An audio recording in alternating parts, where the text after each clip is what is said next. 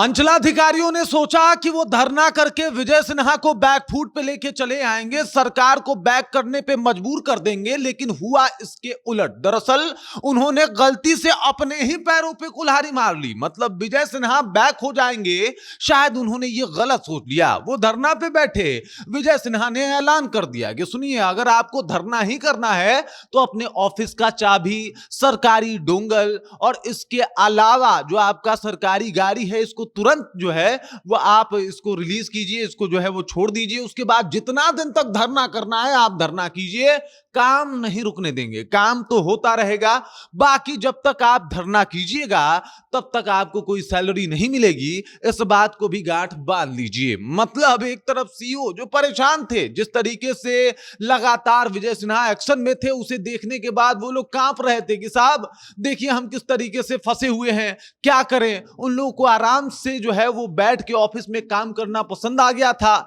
लेकिन विजय सिन्हा के कार्यभार जब संभालने के बाद चीजें अलग हुई तो सीईओ साहब को जो है वो विजय सिन्हा चुभने लगे। लेकिन विजय सिन्हा भी विजय सिन्हा है, कह रहे हैं कि चलिए भाई धरना करना है, धरना कीजिए, लेकिन ये जो सरकारी गाड़ी है, ये जो सरकारी ऑफिस है और इसके अलावा ये जो सरकारी डोंगल है जिसमें सब कुछ होता है, उस सब को जो है वो तुरंत के तुरंत सबमिट करवा दीजिए। अब पूरी कहानी क्या है और किस तरीके से चौबे गए थे छब्बे बनने और दूबे बन के चले आए, सब कुछ आपको विस्तार पूर्वक बताएंगे, समझाएंगे। लेकिन उससे पहले मेरा परिचय जान लीजिए। मेरा नाम है रजत और आप जनता जंक्शन देख रहे हैं। आपको बता दूं कि विजय सिन्हा लगातार इन दिनों एक्शन में है, सीईओ को सरेआम फटकार लगा देते हैं और ये सब बात अंचलाधिकारियों को पसंद नहीं आ रही। अंचलाधिकारी कह रहे हैं कि साहब हमारी बेइज्जती हो जा रही है। इधर विजय सिन्हा का कहना है कि मुझे पता है इलाज अगर शुरू होता है तो शुरू शुरू में दवाई कड़वी लगती है, लोगों को पसंद नहीं आता, लेकिन हम भी ऐसे डॉक्टर हैं जो दवा देके ही मानते हैं। मतलब इलाज जो है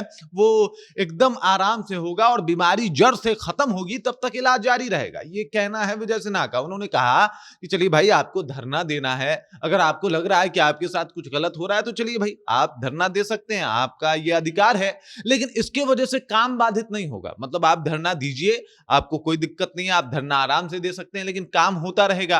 अब देखिए अंचल का जो मतलब अंचलाधिकारी के बाद जो सबसे बड़ा पद होता है उसको कार्यभार दे दिया गया है अंचलाधिकारी का। उनको कह दिया गया है कि साहब आप तमाम ब्लॉक को जो है वो देखिए और फिलहाल जब तक अंचलाधिकारी महोदय आ नहीं जाते तब तक उनका कार्यभार आप ही संभालिए और आप ही जो है इन चीजों को डील कीजिए।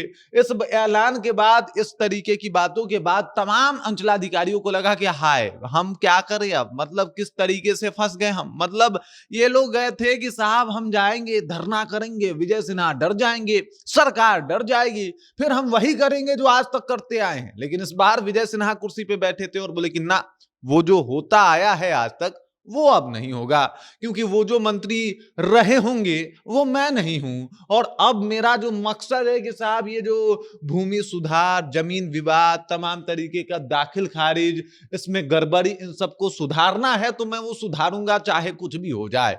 और उसके बाद ऐलान जिस तरीके से हुआ, उस ऐलान के बाद अंचलाधिकारियों की नींद और चैन दोनों जो है वो उड़ गई। क्योंकि आप सोचिए कि आपके बिना काम रुक नहीं रहा, रुका है तो सिर्फ आपकी सैलरी, और ऐसे में अंचलाधिकारियों का धरना कितने दिनों तक चलेगा ये भी एक सोचने वाली बात हो जाएगी। लेकिन फिलहाल ये तो तय हो गया कि जिस तरीके से विजय सिन्हा ने एकदम से कह दिया है कि चाहे कुछ भी हो जाए, ये जो सख्ती है, जिस तेवर के साथ काम कर रहा हूं वो जो तेवर है वो मैं नहीं बदलने वाला और इसी तेवर पे काम करता रहूंगा, इसी तेवर के लिए जो है वो लगातार प्रयासरत रहूंगा। उसे आप कैसे देखते हैं? इससे आम जनता को बहुत फायदा है। आम जनता को जो है वो तुरंत न्याय मिल जा रहा है, तुरंत उनका हक मिल जा रहा है, जो अपने आप में एक बहुत बड़ी बात है।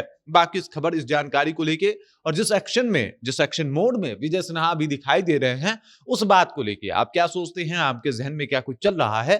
कमेंट कीजिए, अपना विचार हम तक पहुंचा दीजिए। बाकी आप देख रहे हैं जनता जंक्शन और मेरा नाम रजत है।